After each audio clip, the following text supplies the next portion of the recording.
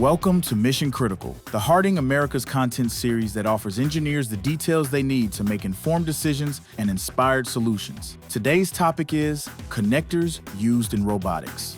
Let's jump in.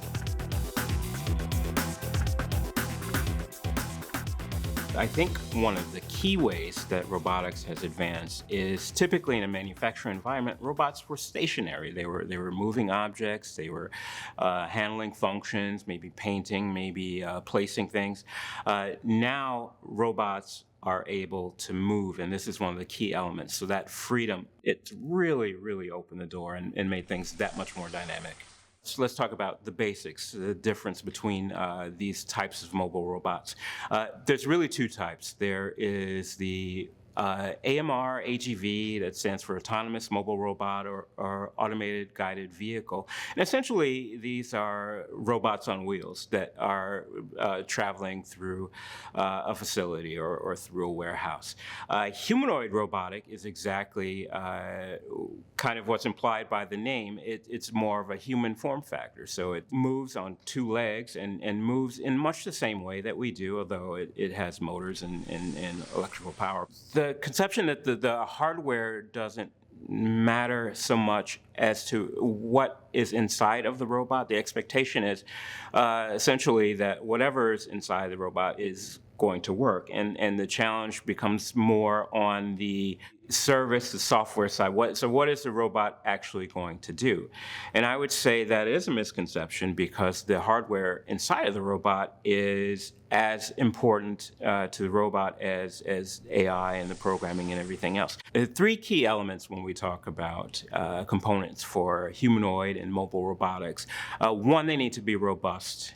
Two, they need to be lightweight. And three, they need to be small and provide density. Okay, so why robust? Let's imagine that your humanoid robotic is walking through your warehouse and a sensor fails because the connection breaks because of the shock and vibration. Two, we've mentioned that these robots, these mobile robots, are not tethered. They run on batteries. So weight is a key factor as to how long a battery is going to last. So you don't want your components adding weight. Ideally, you want your components to perform their functions but reduce weights. And the third, density. So if the component can provide that density to allow all of the connections, all of that data, power, signal that you need for the robot to function without increasing size, then that's a winning package. The key thing that's similar with all the robots that move is that they're not tethered to a power source. So they're working off a battery. Batteries have a lifetime. Batteries need to be recharged. So the longer that the robot can be functioning and doing what it was designed to do before the robot needs to be recharged is a key. And this is a concern whether it's an AMR, autonomous mobile robot, whether it's a humanoid robot. The battery life and the ability to function before recharge is really key. So this requires power, this requires sensors, this requires processing, this requires information and data, and what brings it all together, this requires connectivity.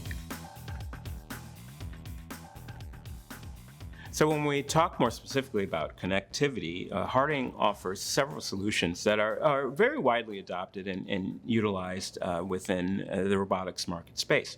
One of those would be our HARFlex connector, which is a high-density 1.27 millimeter pitch board connector that really checks all the boxes. It checks the density concerns, size and weight, but also robustness. So it has a unique through-hole feature for a reflow soldered board connector. Makes it much more robust than the standard solution. It's designed and tested for rail applications, for example. Another connector that's widely utilized in these types of applications is our IX industrial connector. So this is a communications product, think Ethernet communication, but it is roughly 75% the size of an RJ45. Why is that important? We talked about space size, density, all that's key. And so now we're reducing the weight, we're extending the battery life of the robot via this connector. Another product that's of interest in this space is our T1 connector, single pair Ethernet connector, which by using a single pair Ethernet connection instead of the traditional 8-wire pair, we're drastically reducing the size and the weight of the connector, but also the cabling. We haven't spoken much about cabling, but cabling is a major contributor to the weight of these devices. And so if we can reduce the size of that cable, still designed to work in an industrial space, then we're really providing an advantage there. We also do see some of our more traditional robotic connectors, typically our modular series of products that combine the power, the control signal, potentially the communication into one connector. A couple examples of that would be our HAN 3.8 connector, which is a small form factor version of kind of our larger rugged HAN industrial connector. So again, we checks the boxes for size and weight. I think we're going to look and see robots deployed in other spaces outside of just manufacturing, outside of just warehousing and logistics. For example, the agricultural industry is adopting these mobile robots for a variety of applications, from killing weeds to planting seeds to doing multiple things. So I think we're just scratching the surface of where these robots are going to be used. Certainly feel free to reach out. We have our field application engineering team on standby to help you with your connector needs and questions.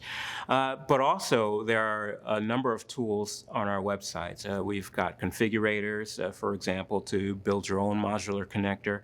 But we've got information, data sheets, whatever you need is also available on the website.